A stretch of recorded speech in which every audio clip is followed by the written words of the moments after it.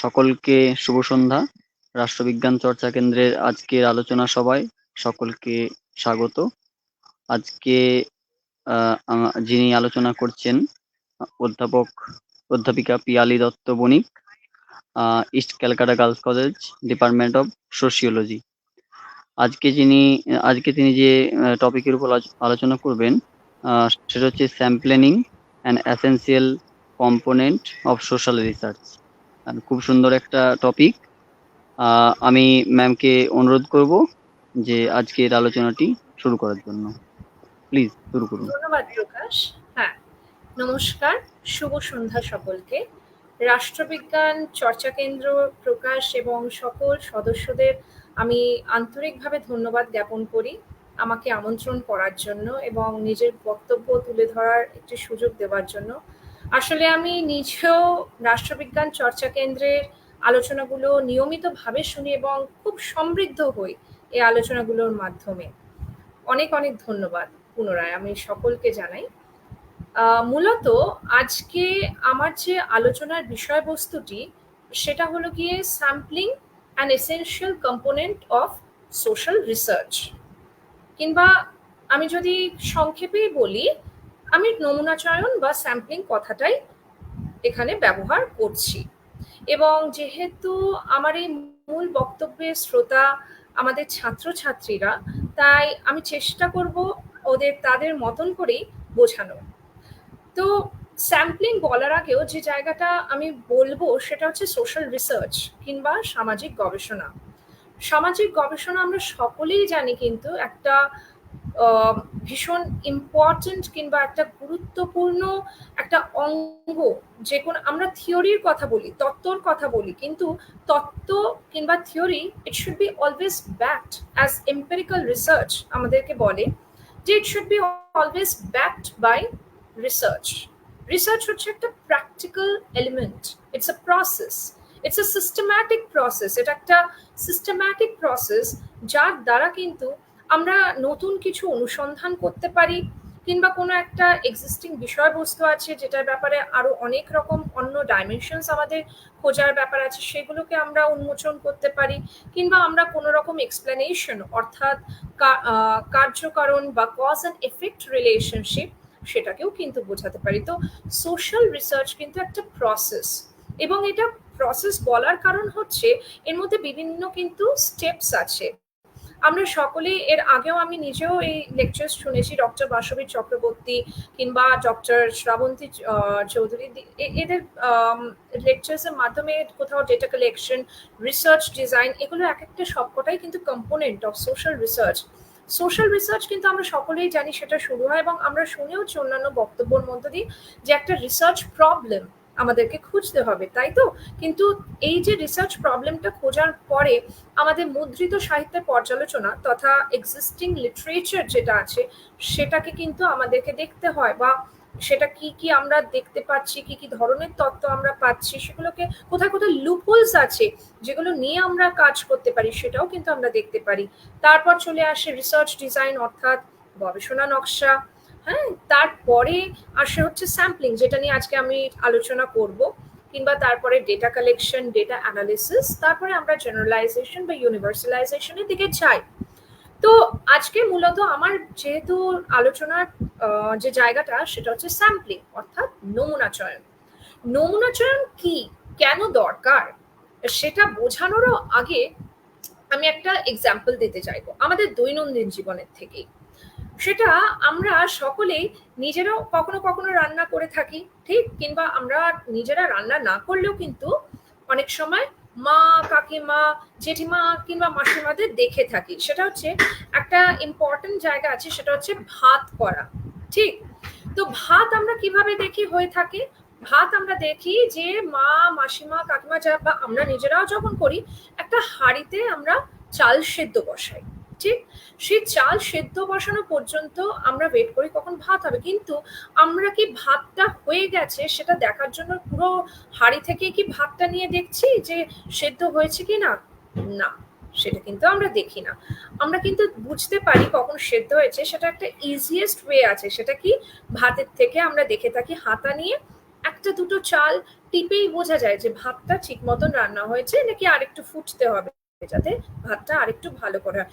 ঠিক এই প্রসঙ্গটা আমি কেন তুললাম স্যাম্পলিং কিংবা নমুনাচরণের ক্ষেত্রে, সেটা তার কারণ হচ্ছে আমরা যখন দৈনন্দিন জীবনে অ্যাজ সোশ্যাল রিসার্চার্স আমরা গবেষণা করি, সবসময় কিন্তু আমাদের পক্ষে সম্ভব না যে একটা বৃহৎ ক্ষেত্রে প্রত্যেকটা ইউনিটের থেকে ডেটা এলিসিট করা কিংবা ডেটা তথ্যকে সংগ্রহ করা সবসময় সম্ভব হয় না।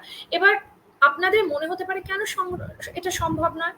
কখনো সেখানে টাইম কনস্ট্রেন্ট থাকে, কখনো একটা রিসোর্স কনস্ট্রেন্ট থাকে, এরকম বিভিন্ন ধরনের হার্ডলস থাকে, যার ফলে কিন্তু আমরা অনেক সময় দেখি আমরা পুরো যে আমাদের সামনে যে সমস্ত ইউনিট অফ রেসপন্ডেন্টস আছে তাদের কাছে হয়তো পৌঁছানোটা আমাদের কাছে সম্ভব নয়। তাহলে তারা একটা উপায় আছে, সেই উপায়টাই কিন্তু হচ্ছে স্যাম্পলিং। ঠিক এই যে ভাতের যে এক্সাম্পলটা দিলাম, নমুনা চয়ন কিংবা স্যাম্পলিংও কিন্তু ঠিক সেরকমই। নমুনা চয়ন কিংবা স্যাম্পলিং কিন্তু সামাজিক গবেষণার একটা অবিচ্ছেদ্য অংশ, অর্থাৎ এসেনশিয়াল কম্পোনেন্ট। তার মানে এই কথাটা যখনই বলছি তখন আমরা বুঝতেই পারছি যে এই যে আমার যে এই টপিকটা, অর্থাৎ sampling and essential component of social research, অর্থাৎ এখান থেকেই কিন্তু আমরা বুঝতে পারছি যে সোশ্যাল রিসার্চ একটি প্রক্রিয়া যার একটি অবিচ্ছেদ্য অংশ হচ্ছে কিন্তু স্যাম্পলিং, অর্থাৎ নমুনা চয়ন। এবার আমি যে কথাটা বললাম যে কেন স্যাম্পলিং দরকার, ঠিক আছে, স্যাম্পলিং কাকে বলে সেটা আমি পরবর্তীকালে অবশ্যই আসছি, কিন্তু স্যাম্পলিং কেন দরকার সেটা আমরা জানবো। যেমন আমরা প্রত্যেকটা জিনিস বোঝার আগে বা জানার আগে আমরা ভাবি না, মনের মধ্যে ব্যাক অফ দ্য মাইন্ডে আমাদের সবসময় চলে, আরে এই জিনিসটা আমাদের কেন জানা দরকার। তাহলে ঠিক সেরকমই গবেষণা কিন্তু, আমরা যখন একটি গবেষণা কার্যকে এগিয়ে নিয়ে যাচ্ছি, আমাদের মাথায় at the back of the mind যেটা চলে, আমাদের স্যাম্পলিং কি দরকার, নমুনা চয়ন করার দরকারটা কি। এই ক্ষেত্রে বা এই প্রসঙ্গে আমি একজন কিন্তু সামাজিক গবেষক কিংবা একজন খুব এমিনেন্ট সামাজিক গবেষক, অর্থাৎ নাচমিয়াস অ্যান্ড নাচমিয়াস, যাকে আমরা সোশ্যাল রিসার্চে খুব ফলো করে থাকি, ভীষণভাবে ফলো করে থাকি, তার বক্তব্যটা একটু তুলে ধরি এখানে, একটু পড়েই দিই। সেটা হচ্ছে তিনি বলছেন, it is often impossible, impractical, or extremely expensive to collect data from all the potential units of analysis covered by the research problem.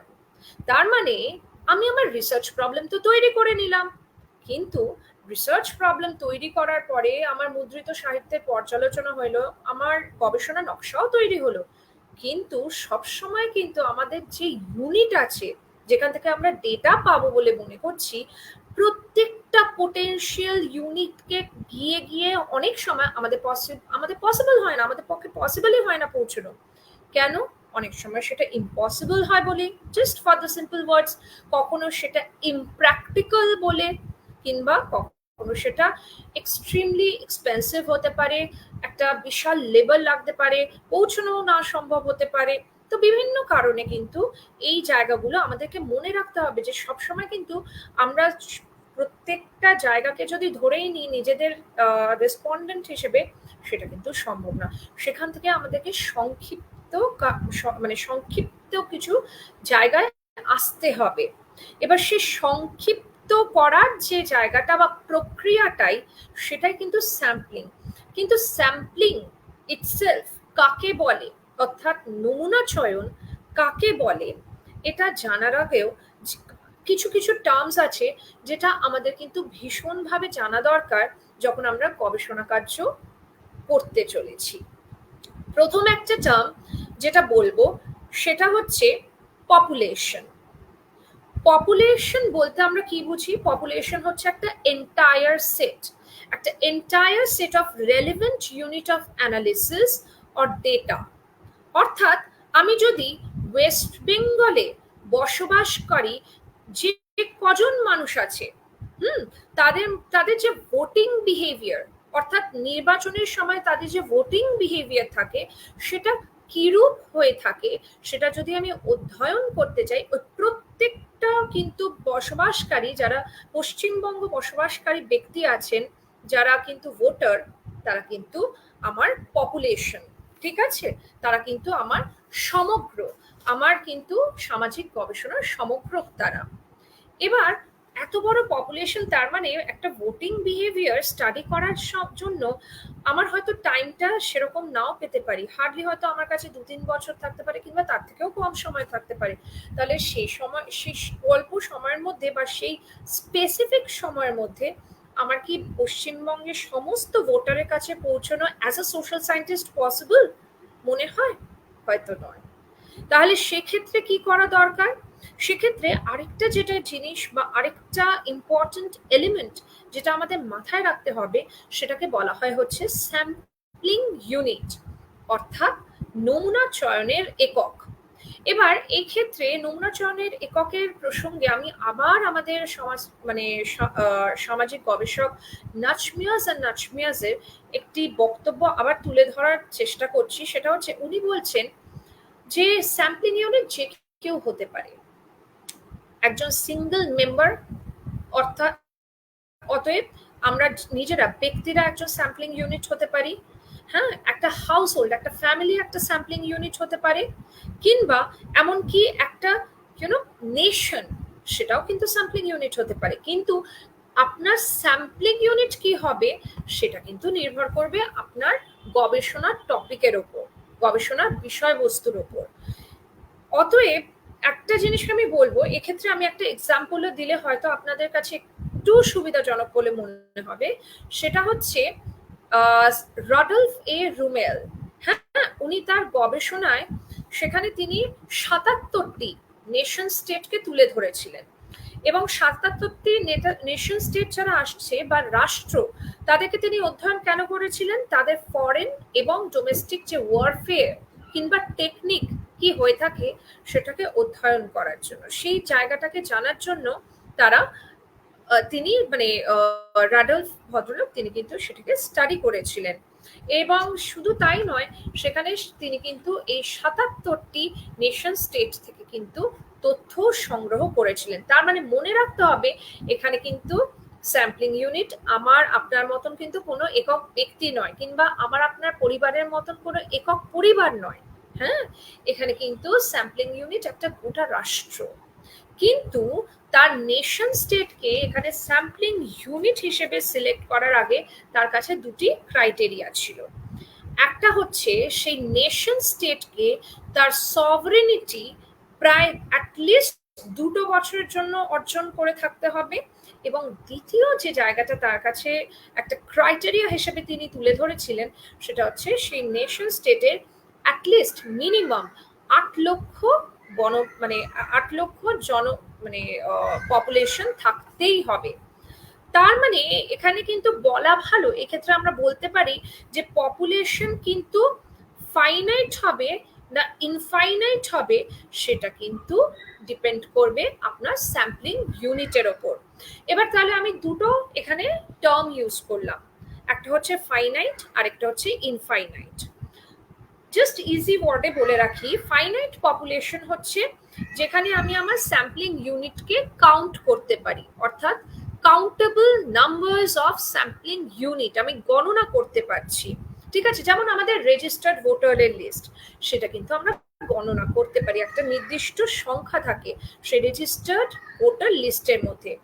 আরেকটাকে বলা হয় ইনফাইনাইট পপুলেশন, অতএব যেখানে অসংখ্য সেখানে কিন্তু স্যাম্পলিং ইউনিট থাকে বা নমুনার একক থাকে, কোনো নির্দিষ্ট কোনো লিস্ট থাকে না সেখানে।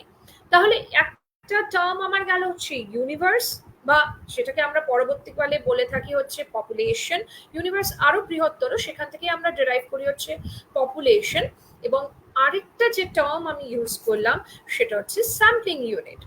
তৃতীয় যে আরেকটি ইম্পর্টেন্ট টার্ম আমি স্যাম্পলিং এর বলার আগে একটু তো আপনাদের জানার জন্য আমি ব্যবহার করব বা একটু বলবো বা বলার চেষ্টা করব, সেটা হচ্ছে স্যাম্পলিং ফ্রেম। ফ্রেম কথাটা থেকেই আমরা বুঝতে পারছি একটা কাঠামো, অর্থাৎ স্যাম্পলিং ফ্রেম মানে হচ্ছে নমুনা কাঠামো। এবং এই প্রসঙ্গে থেরিস এল বেকার তিনি মনে করছেন যে নমুনা কাঠামোর যদি পপুলেশন প্রকৃতি মানে প্রকৃতভাবে প্রতিনিধিত্বমূলক না হয়, তাহলে কিন্তু নমুনাও কিংবা তার স্যাম্পলিং ও সমগ্রকে যে প্রতিনিধিত্বমূলকও কিন্তু থাকে না। তার মানে আমি যদি এমন একটা পপুলেশন সিলেক্ট করি যার মধ্যে আমি কোনো হোমোজেনিটি দেখতে পাচ্ছি না, কোনো ক্রাইটেরিয়ার হোমোজেনিটি দেখতে পাচ্ছি না, সেখান থেকে কিন্তু আমি স্যাম্পলিং ইউনিট স্যাম্পল হিসেবে সিলেক্ট করতে পারবো না। অতএব আমাকে একটা ফ্রেম কিংবা কাঠামোর মধ্যে এমন কিছু স্যাম্পলিং ইউনিটকে আনতে হবে যার মধ্যে আমি আমার গবেষণা কার্যের ক্রাইটেরিয়া অনুযায়ী কিছু নির্দিষ্ট ক্রাইটেরিয়া দেখতে পাচ্ছি, যার ভিত্তিতে আমি বলতে পারবো যে হ্যাঁ, I have a homogeneous population for my sampling frame. যেমন ধরুন বিশ্ববিদ্যালয়ে কিংবা কলেজের ছাত্রছাত্রীর যে তালিকা থাকে, সেটা কিন্তু একটা স্যাম্পলিং ফ্রেম হতে পারে। অতএব তারা সকলেই কিন্তু একটা নির্দিষ্ট বিশ্ববিদ্যালয় কিংবা কলেজের ছাত্রছাত্রী, তারা সকলেই কোনো একটা নির্দিষ্ট সাবজেক্ট নিয়ে পড়ছে, তারা সকলেই নির্দিষ্ট একটা মানে বিষয়বস্তু পড়া ছাড়াও প্রত্যেকেই কোনো না কোনো বর্ষের বা সেমিস্টারের ছাত্রছাত্রী, এরকম কিছু ক্রাইটেরিয়া থাকে যেটার বেসিসে কিন্তু আমরা সেই গ্রুপটাকে বা গোষ্ঠীকে বা যেটার মধ্যে আমরা স্যাম্পলিং ইউনিটটাকে ফেলছি, সেই ফ্রেমের মধ্যে কিন্তু আমরা স্যাম্পলিং ইউনিটকে হোমোজেনাস একটা আইডেন্টিটি দিতে পারি। তার মানে এই জিনিসগুলো মনে রাখতে হবে যে প্রতিনিধিত্বমূলক কিন্তু ভীষণ রকম গুরুত্বপূর্ণ আমাদের স্যাম্পলিং এর ক্ষেত্রে, যাতে সেটা হোমোজেনিটিটা মেনটেন হয়, সেটা আমাদেরকে অ্যাজ সোশ্যাল রিসার্চার একটু মাথায় রেখে কাজ করতে হয়।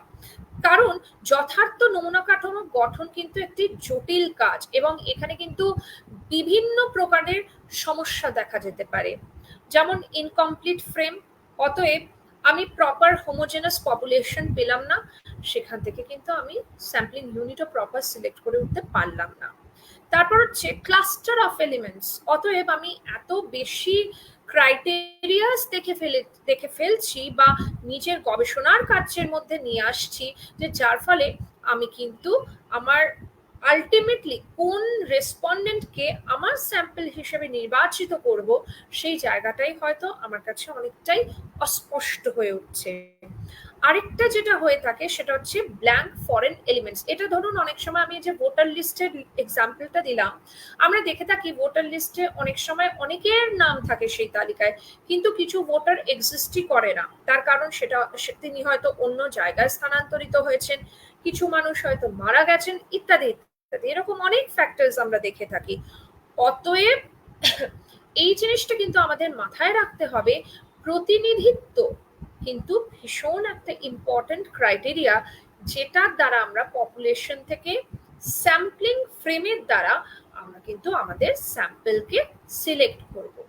তো এই ইম্পর্টেন্ট টার্মিনোলজিসের মানে মধ্য দিয়ে বা মাধ্যমে এরপর আমি যে জায়গাটায় আসব, যে প্রসঙ্গটা আমরা আজকে আলোচনা করছি, সেটা হচ্ছে sampling.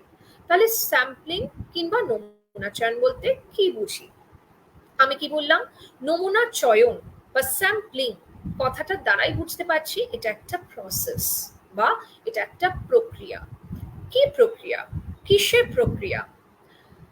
It is a process of selecting subset of cases। অর্থাৎ এই যে ইউনিভার্স থেকে আমি কিন্তু সবাইকে নিজের স্যাম্পল হিসেবে মানতে পারছি না বা বিবেচিত করতে পারছি না, আমার কিন্তু স্যাম্পলিং ফ্রেমের মাধ্যমে কিছু ন্যারো ডাউন করতে হচ্ছে। তাহলে এই যে প্রসেসটা, যার মাধ্যমে আমি আমার subset of units, subset of cases এটাকে সিলেক্ট করে নিচ্ছি, এই জায়গাটাকেই কিন্তু বলা হচ্ছে নমুনা চয়ন বা স্যাম্পলিং। এক্ষেত্রে আমি একটু বলে রাখি, একজন গবেষক তথা লরেন্স নিউম্যানের তার বক্তব্য, তিনি কিছু মত পরিবেশন করেছিলেন এক্ষেত্রে। সেটা হচ্ছে, তিনি বলেছেন আমরা স্যাম্পল সাইজ, স্যাম্পলিং এর ক্ষেত্রে স্যাম্পল সাইজ কিন্তু ভীষণ ইম্পর্টেন্ট। আপনি কত বড় স্যাম্পল সাইজ নেবেন? আপনি 50 জন নেবেন, 100 জন নেবেন, 150 জন নেবেন, তার অধিক নেবেন, কিংবা 1000 জন নেবেন, তারও অধিক হতে পারে।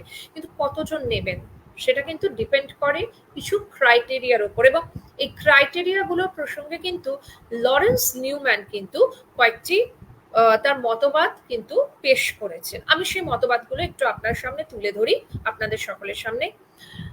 প্রথমে তিনি বলছেন যে প্রথম ক্রাইটেরিয়া হচ্ছে the degree of accuracy required. আপনি কতটা অ্যাকিউরেট চান যে আপনার রিসার্চ ওয়ার্কটা হোক। আপনি তো আপনার হাইপোথেসিস ফর্মুলেট করে নিলেন, এবার এটা খুব কমন একটা ব্যাপার, সেটা হচ্ছে the more your sample size, the greater will be the level of accuracy. তার কারণ হচ্ছে আমরা যত বৃহৎ সংখ্যক স্যাম্পল সাইজ নেব, আমাদের কিন্তু ডেটার যে অ্যাকিউরেসি লেভেলটা বা সঠিক কতটা হবে তার লেভেলটা অনেক বেশি থাকে যদি আমাদের স্যাম্পল সাইজ বেশি থাকে। তার কারণ কি কি সেগুলো আমি পরে আসছি, একদম লাস্টের দিকে যখন আমি স্যাম্পলিং এরর বা নন স্যাম্পলিং এররের কথা ডিসকাস করব, তখন সেগুলো আমি ডিসকাস করব। দ্বিতীয় হচ্ছে যে ফ্যাক্টরটা কাজ করে এখানে, সেটা হচ্ছে the degree of variability in the population. অর্থাৎ আপনার সমগ্রকের মধ্যে কতটা ভেরিয়েবিলিটি বা ডাইভার্সিটি, বৈচিত্র্য কতটা আমি দেখতে পাচ্ছি বা আমরা দেখতে পাই, সেই ভেরিয়েবিলিটি বা ডাইভার্সিটিটাও কিন্তু একটা ফ্যাক্টর, যার উপর নির্ভর করবে আপনার কিন্তু স্যাম্পলিং কতটা, স্যাম্পল সাইজ কতটা হবে। ঠিক আছে, এটা কিন্তু আরেকটা ইম্পর্টেন্ট ক্রাইটেরিয়া বা ফ্যাক্টর। এবং থার্ড যে আরেকটা গুরুত্বপূর্ণ ফ্যাক্টর যেটার কথা নিউম্যান বলেছিলেন, সেটা হচ্ছে the number of different variables examined simultaneously in data। অতএব আমি ধরুন মহিলাদের ভোটিং প্যাটার্ন বা ভোটিং বিহেভিয়ারের উপর হয়তো অধ্যয়ন করছি। এবার অবভিয়াসলি ভোটিং বিহেভিয়ার যখন কথাটা বলছি, সব মহিলা তো তার মধ্যে ইনক্লুডেড হবে না, অ্যাডাল্ট। অতএব 18 বছরের ঊর্ধ্বে যারা কিংবা যারা ভোট দিচ্ছে সেই সমস্ত মহিলা, এবং সেখানে আমি হয়তো দেখতে চাইছি যে ইয়াং যারা তাদের ভোটিং বিহেভিয়ার কিরকম, যারা মিডল এজড উইমেন তাদের ভোটিং বিহেভিয়ার কিরকম, যারা ওল্ড এজড উইমেন বা আমরা বলতে পারি সুপার ওল্ড এজ বা সুপার এজড উইমেন যারা, তাদের ভোটিং বিহেভিয়ার কিরকম, সেগুলোকে, তার মানে সকলেই কিন্তু মহিলা, সকলেই কিন্তু ওম্যান, কিন্তু সেখানেও কিন্তু আমি ভেরিয়েবলস গুলোকে মানে ভেরিয়েবলস ফর্ম করছি, চলক ফর্ম করছি on the basis of age, বয়সের উপর। তাহলে এই তিনটে ক্রাইটেরিয়াকে কিন্তু মাথায় রেখে নিউম্যান বলছেন আমাদের মাথায় রেখে তবেই কিন্তু আমরা আমাদের স্যাম্পল সাইজ নির্ধারণ করব অ্যাজ সোশ্যালিস্ট। তাহলে এই কটা প্রসঙ্গের মাধ্যমে আমরা বুঝতে পারলাম, প্রথমে আমরা কি কি বুঝলাম যে কি কি ইম্পর্টেন্ট কনসেপ্ট আছে যেগুলো জানাটা আমাদের প্রয়োজন স্যাম্পলিং এর ক্ষেত্রে, এবং তারপরে যেটা আমরা আসলাম যে স্যাম্পলিং ফ্রেম, হ্যাঁ, কিংবা স্যাম্পলিং ইউনিট, কিংবা পরবর্তীকালে আমি কি কি যে ক্রাইটেরিয়াস কথাগুলো বললাম, যে বিভিন্ন ক্রাইটেরিয়াগুলোর কথা বললাম, সেগুলোর মাধ্যমে কিভাবে আমরা স্যাম্পলিং করতে পারি বা নমুনা চয়নের পদ্ধতিটি অবলম্বন করতে পারি সেই বিষয়ে আমরা কিন্তু ডিসকাস করলাম। এবার আমি চলে আসি হচ্ছে একটু তার পরবর্তী পর্যায়ে, সেটা হচ্ছে নমুনা চয়ন মূলত আমরা যখন সামাজিক গবেষণা, এবং আমি নিজে যেহেতু সমাজতত্ত্বের ছাত্রী, সামাজিক গবেষণায় কিন্তু আমরা দেখে থাকি দুটি ধরনের নমুনা চয়নের পদ্ধতি অবলম্বন করা হয়ে থাকে। প্রথম যেটি সেটাকে বলা হয় প্রবাবিলিটি স্যাম্পলিং, বাংলায় বলতে গেলে আমরা বলে থাকি সম্ভাবনা নির্ভর নমুনা চয়ন কিংবা পক্ষপাতহীন নমুনা চয়ন। আরেকটা যে ধরনের স্যাম্পলিং যেটা টেকনিক হয়ে থাকে সেটাকে বলা হয় হচ্ছে নন প্রবাবিলিটি স্যাম্পলিং কিংবা সম্ভাবনা অনির্ভর নমুনা চয়ন। এবার প্রবাবিলিটি, নন প্রবাবিলিটি, সম্ভাবনা নির্ভর, সম্ভাবনা অনির্ভর, কথাটা থেকে এই জায়গাটা আসার আগে আমি দুটো জিনিস একটু বলে থাকি। সেটা হচ্ছে আমরা যখন সামাজিক গবেষণা করি আমাদের কাছে কিন্তু এই যে ডেটা কালেকশনই বলুন কিংবা স্যাম্পলিং বলুন, এই সমস্ত প্রক্রিয়ায় দুটো জিনিস খুব গুরুত্বপূর্ণ হয়ে থাকে আমাদের জেনারেলাইজেশনের ক্ষেত্রে। সেটা হচ্ছে ভ্যালিডিটি, রিলায়েবিলিটি। ভ্যালিডিটি অর্থাৎ সিদ্ধতা, রিলায়েবিলিটি অর্থাৎ হচ্ছে নির্ভরযোগ্যতা। ভ্যালিডিটি বলতে আমি কি বোঝাই বা আমরা কি বুঝি? Are we measuring the components we are to measure? তার মানে আমরা যে কম্পোনেন্টস গুলোকে মেজার করতে চাই, আমরা আদতেও কি সেই মেজারমেন্ট গুলোই করছি? যদি সেটা করি, তাহলে সেই অধ্যয়নের ভ্যালিডিটি কিন্তু অনেকটা বেশি, এবং তার সাথে কিন্তু রিলেটেড হচ্ছে রিলায়েবিলিটি, অর্থাৎ নির্ভরযোগ্যতা। তার মানে আমি আজকের যে অধ্যয়নটা করলাম, আজ থেকে 5 বছর 10 বছর পরে আমার সেই অধ্যয়নের ওপর অন্যান্য সামাজিক গবেষক কিংবা আমি নিজেও হয়তো যদি লঙ্গিটিউডিনাল স্টাডি করতে যাই, তাহলে সেই ক্ষেত্রে কতটা আমি নির্ভর করতে পারি। তাহলে এই ক্ষেত্রে কিন্তু নির্ভরযোগ্যতা এবং সিদ্ধতা, এই দুটি খুব ইম্পর্টেন্ট কিংবা গুরুত্বপূর্ণ মাপকাঠি যে কোনো ধরনের সামাজিক গবেষণা করার জন্য। সুতরাং বলা বাহুল্য এই ক্ষেত্রে প্রবাবিলিটি স্যাম্পলিং, যেহেতু আমি কথাটাই বললাম যে পক্ষপাতহীন নমুনা চয়ন কথাটা, তার মানে এখানে কিন্তু আমি দেখতে পাচ্ছি যে রিলায়েবিলিটি কিংবা ভ্যালিডিটির যে পার্সেন্টেজ, কিংবা আমরা যদি শতাংশ বা শতাংশ না বলি, হার যদি কথাটা বলি, the rate for validity and reliability is much high in case of probability sampling. That is not the case in case of non-probability sampling. Non-probability sampling এ কিন্তু আমরা ভ্যালিডিটি কিংবা রিলায়েবিলিটি সেই কি বলবো, সেই একদম একটা প্রমিসিং জায়গা কিন্তু দেখতে পাই না, কিংবা নাও পেতে পারি। এটা আমাদের মাথায় রেখে তবে এগোতে হবে। তাহলে আপনাদের মনে এবার প্রশ্ন জাগতে পারে যে তাহলে পিডিবি বলছেন যে এরকম ব্যাপার যে প্রবাবিলিটি স্যাম্পলিং এর ক্ষেত্রে আমাদের ভ্যালিডিটি রিলায়েবিলিটি তো প্রচুর থাকছে, কিন্তু নন প্রবাবিলিটি স্যাম্পলিং এর ক্ষেত্রে থাকছে না, তাহলে আমরা নন প্রবাবিলিটি করবো কেন? আমরা প্রবাবিলিটি করব, সেখানে তো আমার রেজাল্ট যেটা বেরোবে সেটা অনেক বেশি ভ্যালিড এবং রিলায়েবল থাকবে। কিন্তু দেখুন, মূলত যেহেতু আমরা নিজেরাও মাস্টার্স লেভেল, এমনকি অনেক সময় গ্র্যাজুয়েশন লেভেল কিংবা এমফিল লেভেলেও আমরা গবেষণা কার্য করে এসেছি বা করেছি, সত্যি বলতে বা বস্তুতপক্ষে কয়েক মাসের ব্যবধানে বা কয়েক মাসের যে টাইম ফ্রেম, তার মধ্যে কিন্তু যথার্থভাবে আমরা প্রবাবিলিটি স্যাম্পলিংকে কিন্তু জাস্টিফাই করতে পারি না নিজেদের কাজের মাধ্যমে। তার কারণ হচ্ছে একটা নির্দিষ্ট সময় লাগে, সময়বহুল প্রবাবিলিটি স্যাম্পলিং করা। শুধু সময়বহুল নয়, অনেকটা এফার্টও লাগে, এবং এফার্টের সাথে সাথে যেটা লাগে সেটা হচ্ছে রিসোর্সেস। সুতরাং এই তিনটে জিনিসের যদি একটাও আমাদের কাছে কিছুটা পক্ষেও যদি কম থাকে, তাহলে কিন্তু আমাদের পক্ষে as students, as scholars of social research বা সোশ্যাল সায়েন্টিস্ট, আমরা যখন স্টুডেন্ট লেভেলে একটা রিসার্চ ক্যারি করছি ডিজার্টেশনের ফর্মে, তখন কিন্তু প্রবাবিলিটি স্যাম্পলিং করা আমাদের পক্ষে সম্ভব হয়ে ওঠে না। আমরা তখন কি করি? তখন আমরা অবলম্বন করি নন প্রবাবিলিটি স্যাম্পলিং। কিন্তু আমি যদি শুধুই বলি যে স্টুডেন্টরাই একমাত্র নন প্রবাবিলিটি স্যাম্পলিং অ্যাডাপ্ট করে, এটা বলাটাও ভুল হবে, কিংবা it will be too early for me to conclude like this, because যখন আমি এই নন প্রবাবিলিটি স্যাম্পলিং অনেক সময় কিন্তু আমরা সোশ্যাল রিসার্চাররা পাইলট স্টাডিতেও ব্যবহার করে থাকি। মানে আসল যে রিসার্চটা, তার মানে সেটা করার আগেও একটা ছোটখাটো ভাবে আমরা রিসার্চ করে দেখি যে আমাদের রিসার্চে কোন কোন এরিয়াগুলো ফোকাস করা দরকার, কোন কোন এরিয়াগুলোতে লুপহোলস আছে, যে জায়গাগুলোতে আমাদের দেখা দরকার, কোয়েশ্চেন চেঞ্জ করা দরকার আছে কিনা। এরকম একাধিক কাজ হয় পাইলট স্টাডির দ্বারা, বা আমাদের স্টাডির যে মানে এরিয়াটা আছে সেটাকে চেঞ্জ করার দরকার আছে কিনা। তো পাইলট স্টাডির ক্ষেত্রে কিন্তু মোস্ট অফ দ্য টাইমস আমরা দেখি যে নন প্রবাবিলিটি স্যাম্পলিংই ইউজ করি নিজেদের সুবিধার্থে। তাহলে বোঝা গেল আমরা কখন প্রবাবিলিটি এবং নন প্রবাবিলিটি স্যাম্পলিং ইউজ করছি। এটা অনেকটাই আশা করি আমাদের সকলের কাছে ক্লিয়ার হলো। এবার আমি চলে আসি প্রবাবিলিটি স্যাম্পলিং এর কিছু কিছু প্রকারভেদ থাকে, এবং নন প্রবাবিলিটি স্যাম্পলিং এরও কিন্তু কিছু কিছু প্রকারভেদ আছে।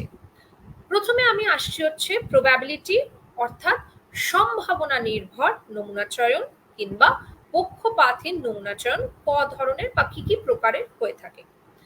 প্রথম যে প্রকার কথা বলবো সেটাকে জাস্ট বলা হয় সিম্পল র্যান্ডম স্যাম্পলিং, অতএব সরল পক্ষপাতহীন নমুনা চয়ন। আমি একটা এক্সাম্পল দিই। তার মানে প্রথমে আমি একটু বুঝিয়ে নিই। সিম্পল র্যান্ডম স্যাম্পলিং জাস্ট একটা মানে একটা স্যাম্পলিং টেকনিক, যেখানে আপনি র্যান্ডম ভাবে আপনার স্যাম্পলিং ফ্রেম থেকে যে কোনো স্যাম্পলকে চুজ করছেন। একবার চিন্তা করে দেখুন তো, যখন আমরা ছোটবেলায় কিংবা এখনো আমরা অনেক সময় লুডো খেলে থাকি, ঠিক? আমাদের কিউব বা ডাইস যেটাকে আমরা বলে থাকি, 6টা দিক থাকে এবং 6টা নম্বর থাকে। আমাদের প্রত্যেকটা সময় ইকুয়াল প্রবাবিলিটি থাকে যে আইদার সেটা 1 পড়বে বা হয়তো 2 আসবে বা ক্রমে 6 দেখতে পাবো, এরকম ইকুয়াল প্রবাবিলিটি থাকে। তার মানে সিম্পল র্যান্ডম স্যাম্পলিং এর ক্ষেত্রেও কিন্তু যে সমস্ত স্যাম্পলিং ফ্রেমের মধ্যে ইউনিট আছে, তাদের প্রত্যেকের ইকুয়াল প্রবাবিলিটি আছে to be within the sample unit and be the sample, যেখান থেকে আমরা ডেটা সংগ্রহ করব বা তথ্য সংগ্রহ করব।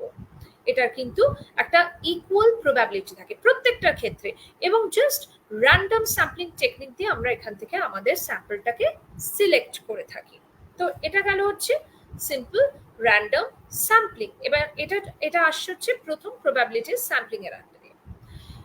দ্বিতীয় যে স্যাম্পলিং টেকনিকের কথা আমি বলবো সেটাকে বলা হয় সিস্টেম্যাটিক স্যাম্পলিং, অতএব বাংলায় বলতে গেলে সুবিন্যস্ত নমুনা চয়ন।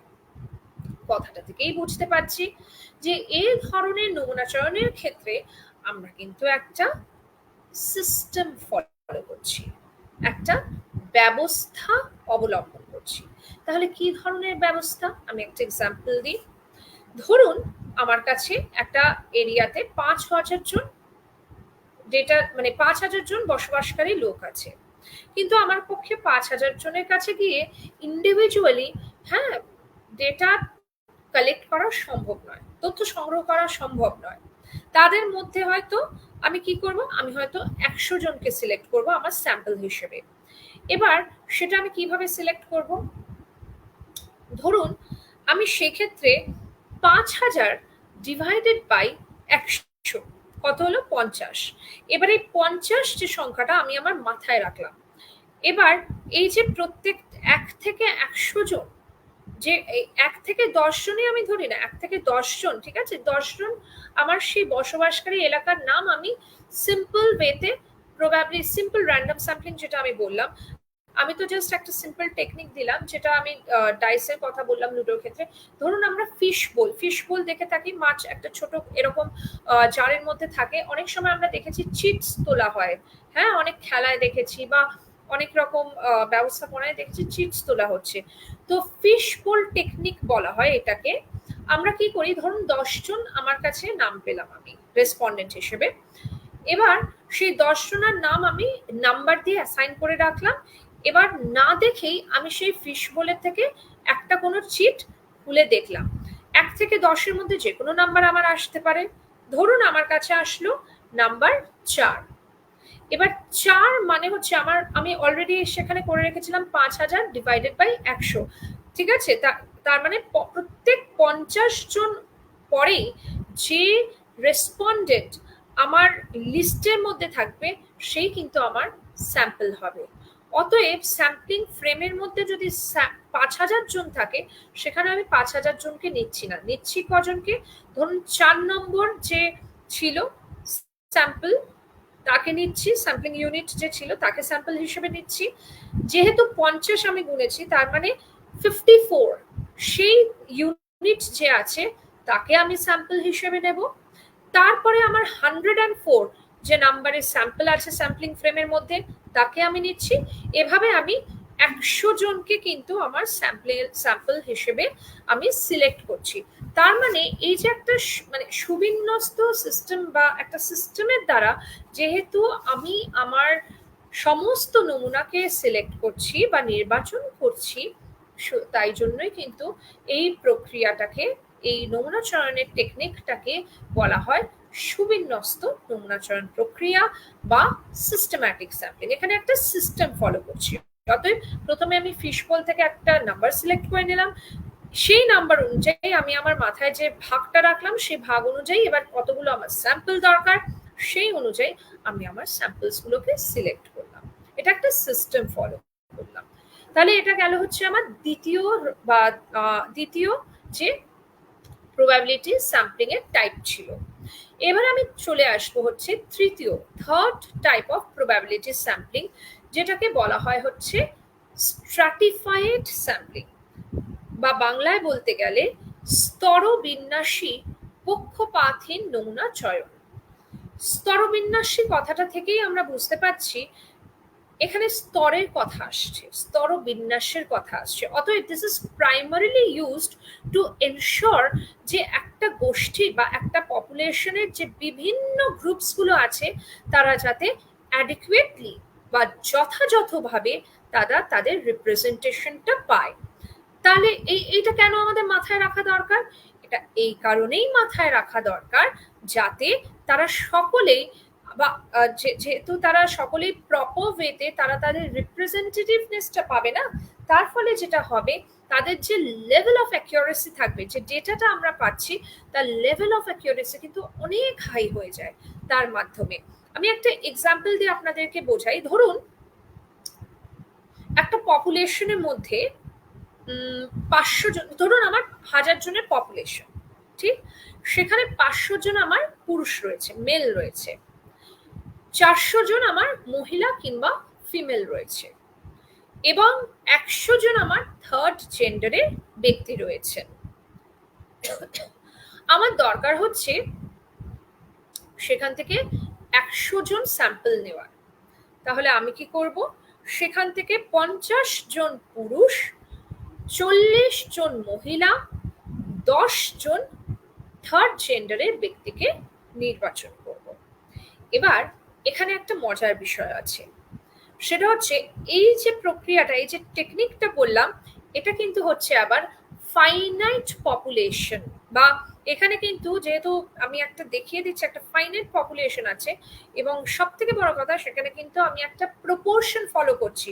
অতএব 1000 জনের মধ্যে আমি 100 জনকে নিচ্ছি বলে 1000 মধ্যে যেহেতু আমার 400 জন ছিল পুরুষ, ঠিক আছে, সেহেতু আমি 500 জন ছিল আমার পুরুষ, সেহেতু আমি 500 জনকে 50 জনকে আমি আমার পুরুষ স্যাম্পল নিলাম, 400 জন মহিলা ছিল, 40 জনকে মহিলা নিলাম, আবার 100 জন যেহেতু থার্ড জেন্ডার ছিল, 10 জনকে কিন্তু আমি আমার থার্ড জেন্ডার থেকে স্যাম্পল হিসেবে নিলাম। তার মানে এটা কিন্তু আমি একটা প্রপোর্শন ফলো করলাম, কিন্তু এটাকে বলা হয় প্রপোর্শনেট স্ট্র্যাটিফাইড স্যাম্পলিং। সবসময় কিন্তু proportionate stratified sampling method follow করা সম্ভব নাও হতে পারে। হতেই পারে 100 জনের মধ্যে 700 জন থাক না পুরুষ, 500 জন থাক না পুরুষ, 400 জন থাক না মহিলা, 100 জন থাক থার্ড জেন্ডারের ব্যক্তি, কিন্তু হতেই পারে সেই জায়গায় হয়তো আমি স্যাম্পল সিলেক্ট করার সময় হয়তো নিলাম 40 জন পুরুষ, 40 জন মহিলা, 20 জন থার্ড জেন্ডারের ব্যক্তি। এখানে তার মানে আমি কোনো কিন্তু প্রপোর্শন ফলো করলাম না, অনুপাত আমি কিন্তু এখানে ফলো করিনি। তাহলে এটা যখন আমি ফলো করলাম না, এটা আমরা ছোটবেলায় পড়ে এসেছিলাম, এটাকে বলা হয় ডিসপ্রপোর্শন। অতএব এই জায়গাটায় থেকেই উঠে আসে কথাটা ডিসপ্রপোর্শনেট স্ট্র্যাটিফাইড স্যাম্পলিং। এখানে কিন্তু আমরা কোনো রকম অনুপাত বা প্রপোর্শন ফলো করি না, রুল ফলো করি না, বা নিয়মাবলী ফলো করি না। তাহলে স্ট্র্যাটিফাইড স্যাম্পলিং বা স্তরবিন্যাসী পক্ষপাতহীন নমুনা চয়ন হচ্ছে আমার তৃতীয় প্রকারভেদ নমুনা চয়ন পদ্ধতির ক্ষেত্রে। আরো একটি নমুনা চয়ন মানে সম্ভাবনা নির্ভর যে নমুনা চয়ন পদ্ধতি বা প্রবাবিলিটি স্যাম্পলিং এর ক্ষেত্রে যে একটা নমুনা চয়ন পদ্ধতি আছে, তার যে লাস্ট ধরন, যে প্রকারভেদ বা যে শেষ প্রকারভেদ আমরা বলতে পারি, সেটাকে বলা হয় হচ্ছে ক্লাস্টার স্যাম্পলিং।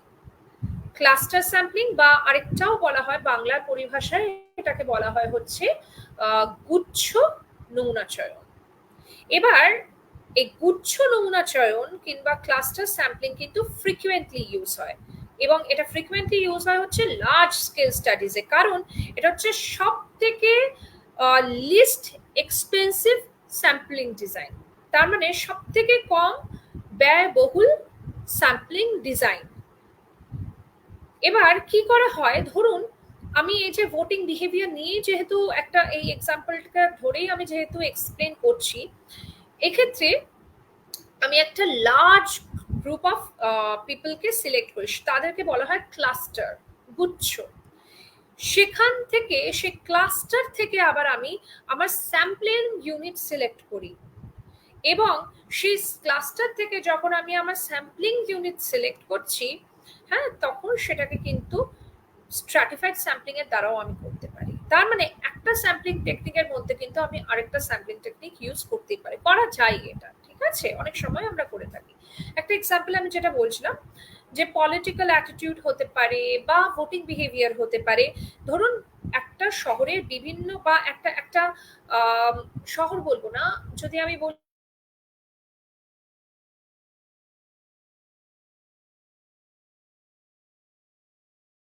অ্যাটিটিউড আছে, সেটা কিরূপ স্টাডি করতে গেলে ক্লাস্টার স্যাম্পলিং টেকনিক যদি আমি অবলম্বন করতে চাই, ধরুন আমার কাছে কোনো ভোটার লিস্ট নেই প্রপার, বাট ভোটার লিস্ট থাকলে অনেক কাজটা সুবিধা হয়ে যায়, কিন্তু আমার কাছে নেই। এবার আমার পক্ষে তো ভোটার লিস্ট তৈরি করা একটা সময় সাপেক্ষ ব্যয়বহুল একটা প্রসেস, সেটা হয়তো সম্ভব না। তাহলে আমি কি করতে পারি? সেখানে যেটা আমি করতে পারি সেটা হচ্ছে আমার হাতে যেটা থাকতে পারে সেটা হচ্ছে একটা ম্যাপ। ম্যাপ হচ্ছে যে সকল ইলেকশন ডিস্ট্রিক্ট আছে সেই সকল ইলেকশন ডিস্ট্রিক্টের ম্যাপ। এই ম্যাপটা যখন আমি আমার হাতে তুলছি এবং ম্যাপটার মধ্যে দিয়ে আমি আমার যখন ইলেকশন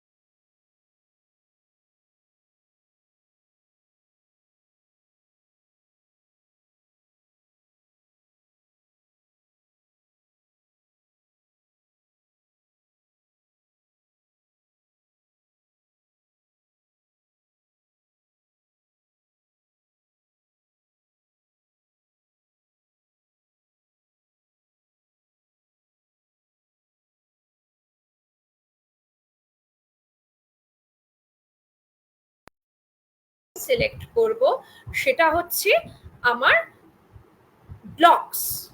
তার মানে আমার ইলেকশন ডিস্ট্রিক্টের পরে আসছে হচ্ছে আমার ইলেকশন ব্লকস। এবার প্রথম যে জায়গাটা ছিল, যে ক্লাস্টার ছিল যেখানে আমি ডিস্ট্রিক্ট সিলেক্ট করছি, সেটাকে বলা হচ্ছে ফার্স্ট স্টেজ ক্লাস্টার, প্রথম ম্যাম পর্যায়। বলছিলাম 5 মিনিট একটু মানে ইয়ে হয়ে গেছিল, অফ হয়ে গেছিল, তো একটু হ্যাঁ ম্যাম, আগে যদি হ্যাঁ একটু হ্যাঁ বলতেন। হ্যাঁ স্যার, হ্যাঁ হ্যাঁ হ্যাঁ প্রকাশ, হ্যাঁ, অফ হয়ে গেছিল। এখন কি শোনা হ্যাঁ, যাচ্ছে আমাকে? হ্যাঁ, এখন একদম ওকে ওকে। হ্যাঁ, আচ্ছা আচ্ছা, ঠিক আছে ঠিক আছে, থ্যাংক ইউ হ্যাঁ। So much.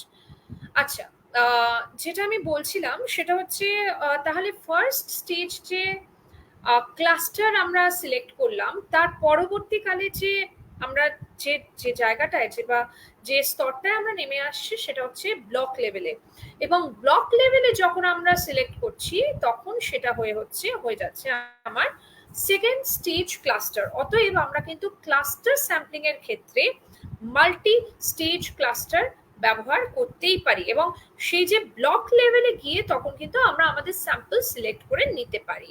সেখান থেকে আমরা আমাদের যথাযথ যারা স্যাম্পল আছে তাদেরকে কিন্তু আমরা ইন্টারভিউ করতেই পারি।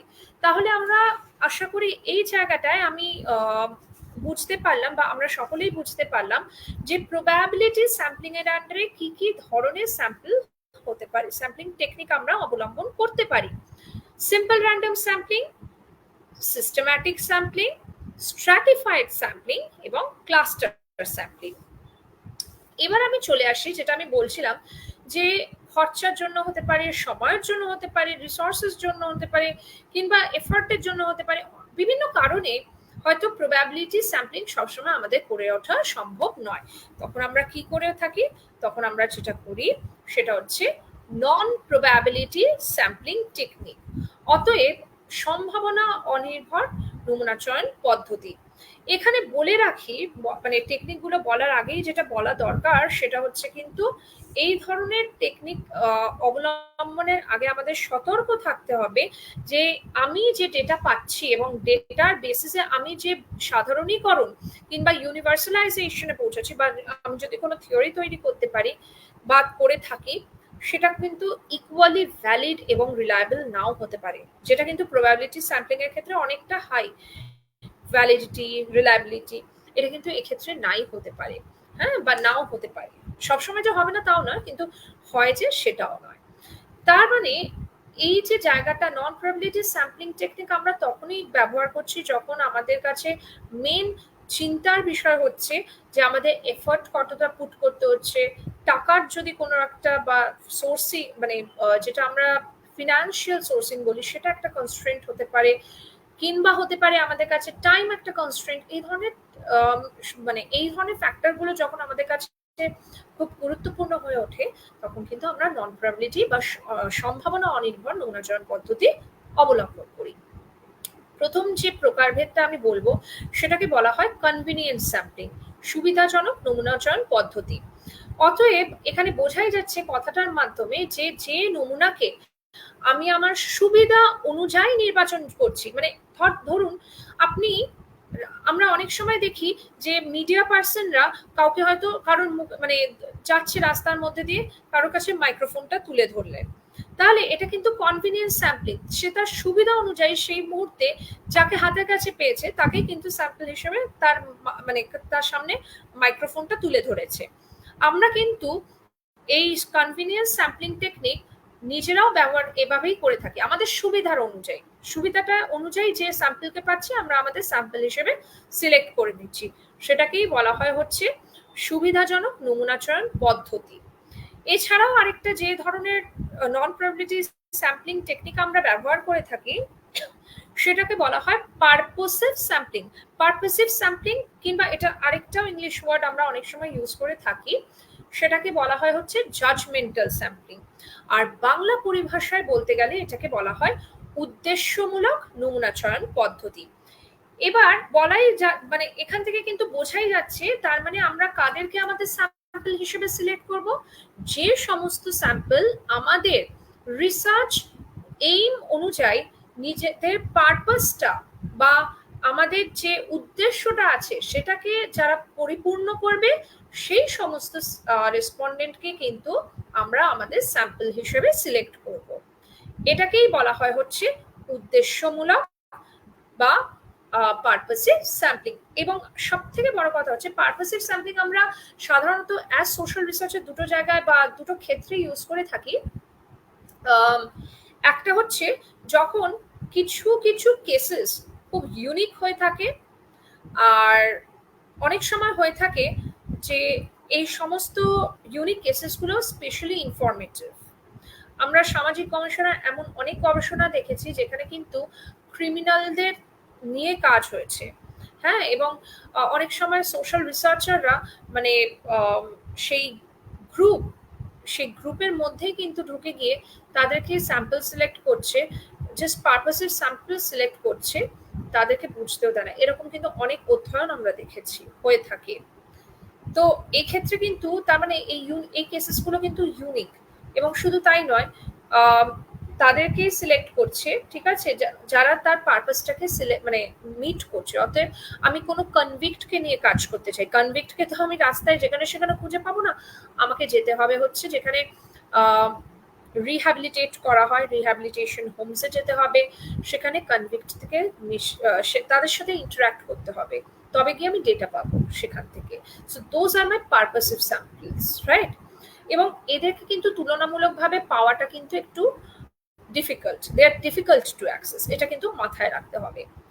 তৃতীয় যে ধরনের নন প্রবাবিলিটি স্যাম্পলিং আমরা সোশ্যাল রিসার্চার হিসেবে ইউজ করে থাকি গবেষণা কার্যে, সেটা হচ্ছে কোটাক স্যাম্পলিং। এটাকে বলা হয় হচ্ছে নির্দিষ্ট সংখ্যা নির্ভর নমুনা চয়ন। এবার এই কোটা স্যাম্পলিংকে না অনেক সময় আমরা স্ট্র্যাটিফাইড স্যাম্পলিং এর সাথে গুলিয়ে ফেলি, কিন্তু এক্ষেত্রে কিন্তু একটা জিনিস মাথায় রাখতে হবে, স্ট্র্যাটিফাইড স্যাম্পলিং এ কিন্তু ভ্যালিডিটি বলুন বা রিলায়েবিলিটি বলুন অনেক হাই কোটা স্যাম্পলিং এর তুলনায়। কোটা স্যাম্পলিং এর একটা এক্সাম্পল দিই, ধরুন 14 জনকে আমার ইন্টারভিউ করতে হবে, কিন্তু বলা হয়েছে এই 14 জনের মধ্যে তোমাকে 7 জন পুরুষ নিতে হবে, 7 জন মহিলা নিতে হবে। শুধু আবার পুরুষ মহিলাই নয়, ওই 14 জনের মধ্যেই 7 জন হবে আরবান ডুয়েলার, 7 জন হবে সাবারবান ডুয়েলার। অতএব কিছু থাকবে আমার নগরে, কিছু থাকবে আবার আমার প্রান্তিক যে নগরগুলো সেই সমস্ত এলাকায়। আবার বলে দেওয়া তার সাথে হচ্ছে সেই 7 জন মানে মেন যারা আমার আছে, তার মধ্যে 4 জন হবে ম্যারিড, 3 জন হবে আনম্যারিড। এবার ভেবে দেখুন, এত রকম ক্রাইটেরিয়া একটা ধরনের স্যাম্পলিং এর মাধ্যমে আমাকে সিলেক্ট করতে হবে, তাহলে আমি কি করে আমার মানে যে ভ্যালিডিটি রিলায়েবিলিটির জায়গাটা মাথায় রেখে কাজ করব অ্যাজ সোশ্যাল রিসার্চার? তাহলে এই ধরনের যখন সিচুয়েশন আমাদের সামনে আসে, তখন আমরা প্রেফার করি অ্যাজ সোশ্যাল রিসার্চার যে আমরা কিন্তু এখানে কোটা স্যাম্পলিং ব্যবহার করব। কোটা স্যাম্পলিং এ অবভিয়াসলি যেটা আমি বললাম, ভ্যালিডিটি রিলায়েবিলিটি অনেকটাই কম, কিন্তু হ্যাঁ, এই যে 7 জন আরবান, 7 জন সাবারবান, 7 জন মেল, 7 জন ফিমেল, আবার 7 জন মেলের মধ্যে 4 জন হবে ম্যারিড, 3 জন হবে আনম্যারিড, এই সমস্ত ধরনের ক্রাইটেরিয়া গুলো কিন্তু মাথায় রাখা সুবিধা থাকে। এইগুলো কিন্তু অনেক বেশি সুবিধাজনক সেক্ষেত্রে। এবং শেষ যে ধরনের আমি স্যাম্পলিং পদ্ধতির কথা বলবো বা তুলে ধরবো, সেটাকে বলা হয় স্নোবল স্যাম্পলিং। আমরা ছোটবেলায় অনেকেই কিন্তু দেখেছি, আমাদের কার্টুন যখন দেখে থাকতাম, যে কিছু নির্দিষ্ট কার্টুনে যে একটা পার্টিকুলার ক্যারেক্টার, সে একটা পর্বত, একটা স্নোই মাউন্টেন থেকে স্লোপের মধ্যে থেকে গড়িয়ে পড়ছে। ইনিশিয়ালি সে একটা ছোট্ট বলের মতন দিয়ে শুরু হয়, কিন্তু গড়াতে গড়াতে যখন সে স্লোপ দিয়ে নামছে, একটা বৃহৎ একটা স্নো বলের মতন আকার সে ধারণ করে, একটা বিশাল বৃহৎ একটা স্নো বলের আকার। ঠিক এই ধরনের টেকনিকটাই কিন্তু ইউজ করা হয় আমাদের সোশ্যাল রিসার্চের ক্ষেত্রে। যেমন এটার বাংলা পরিভাষাটা একটু বলে রাখি, এটাকে বলা হয় হচ্ছে ক্রমপুঞ্জিত নমুনাচয়ন পদ্ধতি। এই ক্রমপুঞ্জিত নমুনাচয়ন পদ্ধতি কিংবা স্নোবল স্যাম্পলিং আমরা ইউজ করে থাকি কখন? যখন আমাদের একটা নির্দিষ্ট কোনো গোষ্ঠীকে মানে আমাদের স্যাম্পল হিসেবে নিতে হবে, কিন্তু আমাদের নির্দিষ্ট সেই গোষ্ঠীর কিন্তু অ্যাক্সেস আমরা পাচ্ছি না, হার্ডলি আমরা 1-2 জনের অ্যাক্সেস পেয়েছি। ধরুন হতেই পারে কোনো তারকা, কোনো পপুলার একজন ব্যক্তি, কোনো পলিটিশিয়ান হতে পারে, কিংবা কোনো মুভি স্টার, ফিল্ম স্টার হতে পারে, তাদের তো অ্যাক্সেস পাওয়া খুব একটা সহজ ব্যাপার নয়। তো আমরা কি করি, সেই ব্যক্তির কাছে গিয়ে তাকে প্রথমে আমরা ডেটা কালেক্ট করলাম, এবার তার রেফারেন্সে আমি হয়তো আরো 2-3 জনের রেফারেন্স পেলাম, যার থেকে আমি আবার গিয়ে ডেটা কালেক্ট করতে পারলাম। এবার সেই 2-3 জন আবার আরো 3-4 জনের রেফারেন্স আমাকে দিল। তার মানে ইনিশিয়ালি যেটা আমার একজনকে দিয়ে শুরু হয়েছিল, সেটা কিন্তু ক্রমে ক্রমে বাড়তে বাড়তে গিয়ে কিন্তু আমার যতটা ডেটা দরকার, যতটা স্যাম্পলিং করা দরকার, আমি ঠিক ততটাই কিন্তু স্যাম্পলিং এর যে পোর্শন সাইজটা, সেই সাইজটা আমি কিন্তু অ্যাচিভ করতে পারছি। তাহলে এই যে প্রসেসটা, এই যে টেকনিকটা, এই টেকনিকটাকেই বলা হয় হচ্ছে স্নোবল স্যাম্পলিং বা ক্রমপুঞ্জিত নমুনা চয়ন পদ্ধতি। অতএব আমরা প্রবাবিলিটি স্যাম্পলিং এবং নন প্রবাবিলিটি স্যাম্পলিং দুটোর পদ্ধতির যে বিভিন্ন ধরন বা প্রকারভেদ হয়ে থাকে সেটা আমরা জানতে পারলাম। এবং এটা আমি বারবার বলবো, বা আমরা বারবার শুনেও আসি বা জেনে আসছি, যে সব ধরনের প্রবাবিলিটি বা নন প্রবাবিলিটি টেকনিক কিন্তু সবসময় সব জায়গায় ইউজ করা যায় না। এটা একদম নির্ভর করবে যে আপনার রিসার্চ প্রবলেমটা কি, আপনি কোন এরিয়াতে ফোকাস করতে চাইছেন। আপনি সেই রিসার্চ এরিয়াতে ফোকাস করতে গেলে যাদেরকে স্যাম্পল হিসেবে সিলেক্ট করতে চাইছেন, যে পপুলেশন থেকে স্যাম্পল সিলেক্ট করবেন স্যাম্পলিং ফ্রেমের মাধ্যমে, তারা ঠিক কতটা আপনার কাছে ইজিলি অ্যাক্সেসেবল হবে। শুধু ইজিলি অ্যাক্সেসেবল হলেই হবে না, কতটা টাইম আপনার কাছে আছে, কতটা এফর্ট আপনি দিতে পারবেন, কতটা রিসোর্স আপনার ব্যাকিং এ আছে, সেগুলো কিন্তু আপনাকে মাথায় রেখে তবেই আপনি কিন্তু আপনার স্যাম্পলিং টেকনিক সিলেক্ট করবেন। এবং আরেকটা ছোট্ট জিনিস আমি জাস্ট বলে রাখবো স্যাম্পলিং এর ক্ষেত্রে, যদিও সেটা আমরা স্যাম্পলিং এর থেকে বেশি আমরা স্ট্যাটিস্টিক্স বা পরিসংখ্যান যখন আমরা অধ্যয়ন করি তখন আমরা জেনে থাকি স্ট্যাটিস্টিক্যাল এরর বা কনফিডেন্স লেভেল। দেখুন, আপনি ধরুন 100 জন আপনার স্যাম্পল দরকার, 100 জনের থেকে আপনি ডেটা কালেক্ট করলেন, চান্সেস আর ভেরি হাই যে সে 100 জনই কিন্তু আপনাকে প্রপার ডেটা দেবে না। অর্থাৎ হতে পারে সে কিছু জনের থেকে হয়তো আপনি যদি মেলড কোয়েশ্চেনিয়ার, আপনারা অনেকেই মানে অনেকেই জানেন, কেন আপনারা সকলেই হয়তো জানেন, মেলড কোয়েশ্চেনিয়ারের ক্ষেত্রে যেটা হয় যে আমরা কোয়েশ্চেনিয়ারটা পাঠিয়ে দিলাম, যাকে পাঠালাম সে হয়তো ফেরত দিলই না, কিংবা অনেক সময় এরকমও হয়ে থাকে যখন আমরা কোয়েশ্চেনিয়ার দিচ্ছি পুরোটা ফিল আপ করে দিল না, কিংবা ইন্টারভিউ এর ক্ষেত্রে আমরা অনেক সময় একটা নির্ধারিত সময়ের মধ্যে সেই কিছু তথ্য পেলামই না, হতেই পারে। তার মানে 100 জনের মধ্যে আমরা সাধারণত যখন সোশ্যাল সায়েন্সে কাজ করি সাধারণত ধরে নিই যে 5 জন মতন যে উত্তরটা দিয়েছে সেটা হয়তো আমার কাছে গ্রহণযোগ্য হবে না। তার মানে আমার একটা স্ট্যান্ডার্ড স্যাম্পলিং এরর কিন্তু আমাদের মাথায় রাখতে হয়, এবং সেইটা অনুযায়ী কিন্তু আমরা যখন মানে মূলত এটা পরিসংখ্যান বা কোয়ান্টিটেটিভ রিসার্চের ক্ষেত্রে যখন আমরা স্ট্যাটিস্টিক্স বা পরিসংখ্যান বিদ্যা ইউজ করি, তখন আমরা সেই অনুযায়ী কনফিডেন্স ইন্টারভেল ধরে তবে আমরা ক্যালকুলেট করি। তো শুধু স্যাম্পলিং এর দেখলেই হবে না, স্যাম্পলিং আপনি যা দরকার তার থেকে এটা সবসময় বলা হয় যে সেই স্যাম্পলিং এর সাইজ কিন্তু যাতে বেশি থাকে। অতএব আপনি যদি আপনার 100 জন দরকার, চেষ্টা করবেন তার থেকে বেশি নেওয়ার, ডেটা কালেক্ট করার। তাতে কি আপনার কিন্তু স্যাম্পলিং এরর, যে স্ট্যান্ডার্ড এরর, তার যে প্রবাবিলিটিটা সেটা কিন্তু অনেকটাই কম হয়ে যাবে।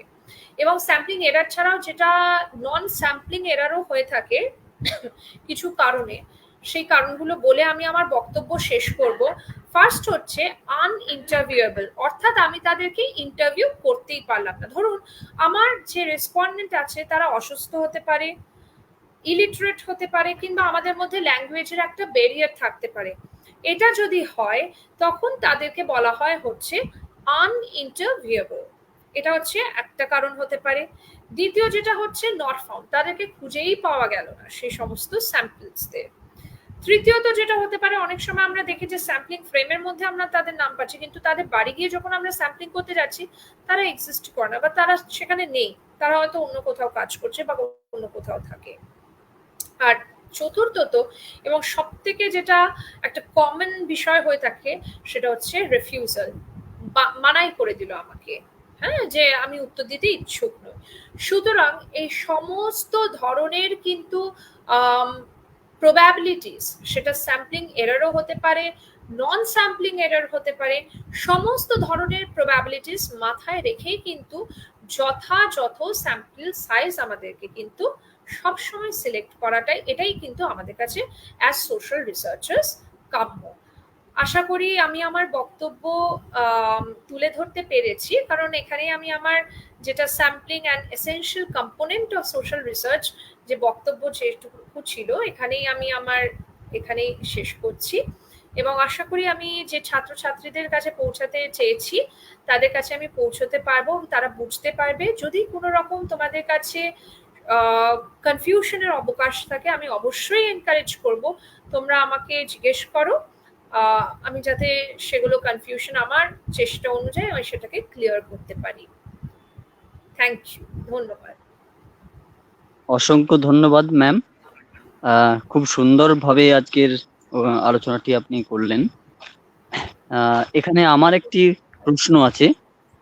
হ্যাঁ, সেটা হচ্ছে যে মানে বেশিরভাগ রিসার্চ স্কলাররা যেটাই মানে প্রবলেমে পড়ে সেটা হচ্ছে যে মানে বিভিন্ন যেটা আপনার মানে ট্রাইবাল এলাকা সেখানে গিয়ে যখন মানে ইন্টারভিউ নেয় তখন তাদের একটা প্রবলেম আর কি দেখা যায়।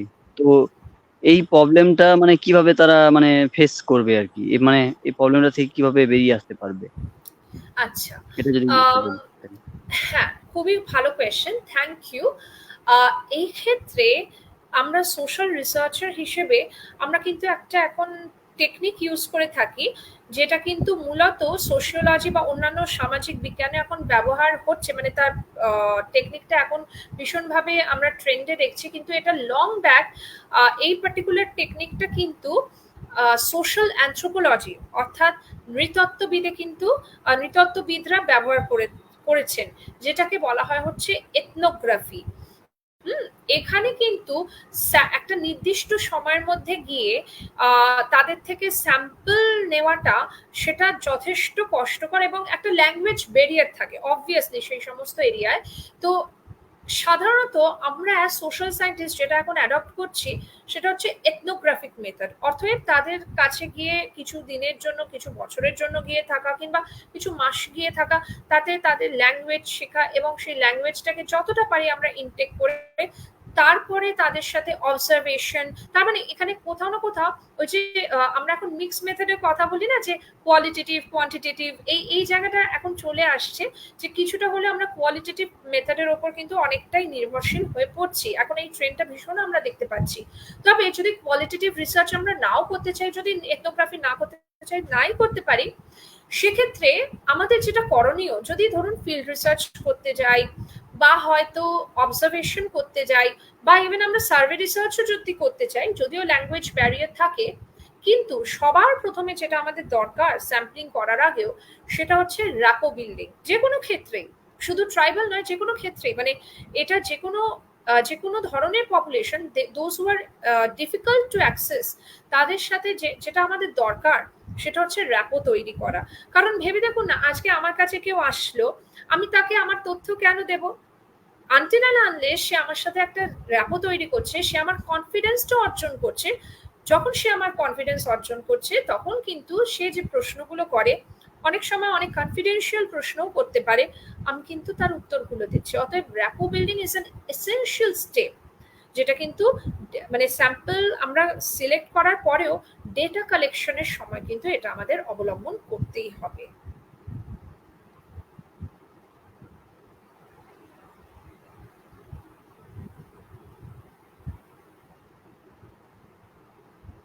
আশা করি আমি এই উত্তরটা যথাযথভাবে বোঝাতে পেরেছি উত্তরটার দ্বারা।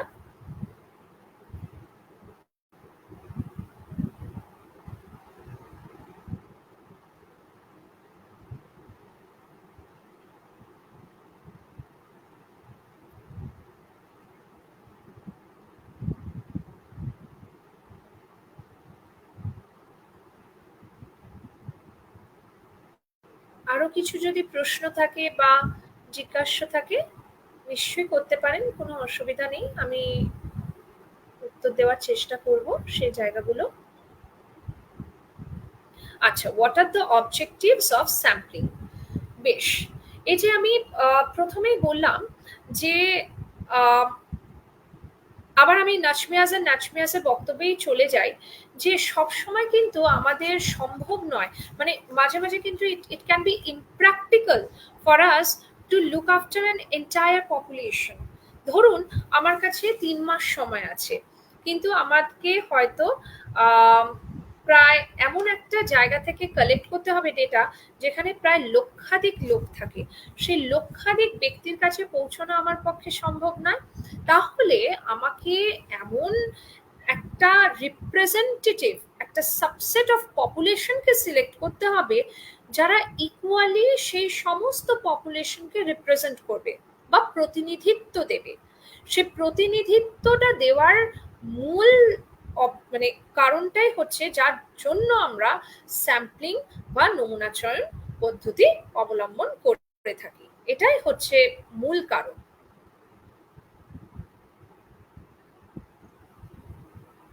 Thank you ma'am. আচ্ছা, Thank you. এই স্যাম্পলিংটা, হ্যাঁ হ্যাঁ আমার কথা শুনতে পাচ্ছেন? হ্যাঁ হ্যাঁ প্রকাশ, এই শুনতে যে পাচ্ছি। হ্যাঁ, এই এই যে ডেটা কালেকশনের জন্য যে স্যাম্পলিংটা, এটা এত ইম্পর্টেন্ট কেন সোশ্যাল রিসার্চের ক্ষেত্রে? হ্যাঁ, সোশ্যাল রিসার্চের ক্ষেত্রে দেখুন, সোশ্যাল রিসার্চের ক্ষেত্রে আমি প্রথমেই যেটা বললাম যে এম্পিরিক্যাল রিসার্চ যখন আমরা করি, থিওরি এবং রিসার্চ একে অপরের সাথে সম্পর্কযুক্ত। থিওরি ছাড়া রিসার্চ হতে পারে না, রিসার্চ ছাড়া থিওরি, এম্পিরিক্যাল থিওরি অ্যাটলিস্ট তৈরি হতে পারে না। অতএব আমি যখন রিসার্চটা করছি, হ্যাঁ রিসার্চ কিন্তু একটা প্রসেস, এবং আমি ধরুন এই একটা রিসার্চ প্রবলেম সিলেক্ট করলাম, মুদ্রিত সাহিত্যের পর্যালোচনা করলাম, একটা গবেষণা নকশাও তৈরি করলাম, কিন্তু তাহলে আমি গবেষণা নকশাও তৈরি করব, কিন্তু তাহলে ডেটাটা কাদের থেকে নেব, ডেটাটা কাদের থেকে সংগ্রহ করব? সেই সংগ্রহ করার আগে আমাদের যেটা দরকার সেটা হচ্ছে কাদের থেকে আমরা সংগ্রহ করতে পারি সেই এরিয়াটাকে খুঁজে বার করা। তার মানে এই যে কাদের থেকে আমরা ডেটা সংগ্রহ করতে পারি, এই এরিয়াটা যখন আমরা খুঁজে পাচ্ছি, বা এই যে প্রক্রিয়াটার দ্বারা আমরা এটা খুঁজে পাচ্ছি, সেই প্রক্রিয়াটাকেই কিন্তু বলা হয় স্যাম্পলিং। এবং এই স্যাম্পলিং প্রক্রিয়ার দ্বারাই কিন্তু এই স্যাম্পলিং প্রক্রিয়াটা কিন্তু, বা এই স্যাম্পলিং যে টেকনিক, এই কারণেই এর গুরুত্ব। কারণ স্যাম্পলিং ছাড়া কিন্তু আমরা রিপ্রেজেন্টেটিভনেস এটা কিন্তু দেখতে পাবো না বা বুঝতেও পারবো না অ্যাজ সোশ্যাল রিসার্চার, যে আমার একটা পপুলেশন আছে, তাদের মধ্যে থেকে আমরা ডেটা তো কালেক্ট করেই নিতে পারি চাইলে, কিন্তু কাদের থেকে ডেটা কালেক্ট করব? সবার থেকে কি ডেটা কালেক্ট করতে পারবো, নাকি কিছু কিছু ক্রাইটেরিয়াস আছে যেটার পরিপ্রেক্ষিতে আমি আমার ডেটা সিলেক্ট করবো? স্নোবল স্যাম্পলিং, আচ্ছা স্নোবল স্যাম্পলিং কাকে বলে, তাই তো?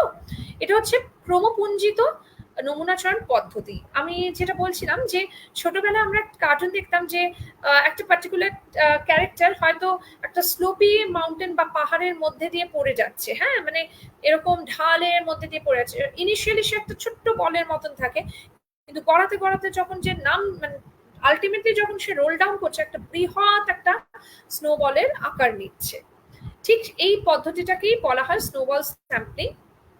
যখন আমরা সামাজিক গবেষণায় কি হয়, এমন কিছু মানুষ থাকে, ব্যক্তি থাকে, বা এমন কিছু আমার টার্গেট পপুলেশন থাকে রিসার্চের, যাদেরকে পৌঁছানো আমার পক্ষে ভীষণ টাফ, অতএব তারা সবসময় অ্যাক্সেসিবল নয়। যেরকম আমি বলছিলাম যে পলিটিক্যাল লিডার্স, কিংবা ধরুন হয়তো মুভি স্টার্স যারা হয়ে থাকে, বা কোনো ফ্যাশন ওয়ার্ল্ডের কোনো তারকা, তাদের কাছে কিন্তু আমি অ্যাজ আ কমনার কিন্তু আবার লেম্যান আমি চাইলেই কিন্তু সবসময় অ্যাক্সেস পাবো না। হয়তো আমি কোনো ক্রমে একজনের অ্যাক্সেস পেলাম, এবার তার কাছে আমি আমার ডেটাগুলো নিলাম, যা যা দরকার ছিল, সেটা কোয়েশ্চেনিয়ার ইউজ করে হতে পারে, ইন্টারভিউ স্কেডিউল ইউজ করে হতে পারে, আমি আমার ডেটাগুলো নিলাম। এবার তাকে আমি বললাম যে আপনি কি আরো 2-3 জনের রেফারেন্স আমাকে একটু দিতে পারবেন যার থেকে আমি ডেটা নিতে পারি? এবার তিনি কি করলেন, আরো 2-3 জনের রেফারেন্স দিলেন, তাদের কাছে কিন্তু আমি সেম ওয়েতে ডেটা কালেক্ট করতে শুরু করলাম। আবার সেই 2-3 জনকে আমি একই প্রশ্ন জিজ্ঞেস করলাম, আপনি কি আরো কয়েকজনের রেফারেন্স দেবেন? তো এইভাবে কিন্তু যেটা আমার শুরু হয়েছিল একজনকে দিয়ে, ক্রমেই কিন্তু বাড়তে বাড়তে আমার যদি ধরুন 100 জন দরকার পড়ে স্যাম্পল, তাহলে আমি 100 জনেরই স্যাম্পল সিলেক্ট করলাম, ওরভাবে পেলাম। এই যে টেকনিকটা, অতএব স্নোবল মানে একটা এই যে বরফের যে বল, যেটা ছোট একটা আকার দিয়ে শুরু হয়, ক্রমেই যখন সে রোল ডাউন করতে করতে একটা বৃহৎ আকার নিচ্ছে, ঠিক সেভাবেই স্নোবল স্যাম্পলিং এর ক্ষেত্রে কিন্তু একটা পার্টিকুলার স্যাম্পলই হয়তো আমি পেয়েছিলাম, কিন্তু আস্তে আস্তে তার থেকে যখন আমি ডেটা কালেক্ট করে তার রেফারেন্সে আমি আস্তে আস্তে আরো পরবর্তী পর্যায়ে পৌঁছাচ্ছি, তখন সেই ডেটা কালেকশনের যে পরিমাণটা কিংবা স্যাম্পল সাইজটা সেটা কিন্তু অনেক বৃহৎ হয়ে পৌঁছচ্ছে। অতএব এই জন্য এটাকে বলা হয় স্নোবল স্যাম্পলিং, এবং স্নোবল স্যাম্পলিং কিন্তু নন প্রবাবিলিটি স্যাম্পলিং এর অঙ্গ। Thank you. আর কোন রকম অসংখ্য প্রশ্ন ধন্যবাদ আছে? ম্যাম।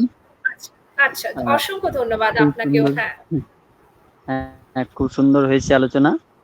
আশা করছি সকলের উপকৃত হবে এই আলোচনাতে। ম্যামকে আবারও ধন্যবাদ জানিয়ে আজকের আলোচনা আমরা এখানেই শেষ করছি। সকলকে শুভরাত্রি। সকলেই ভালো থাকবেন। শুভরাত্রি। নমস্কার।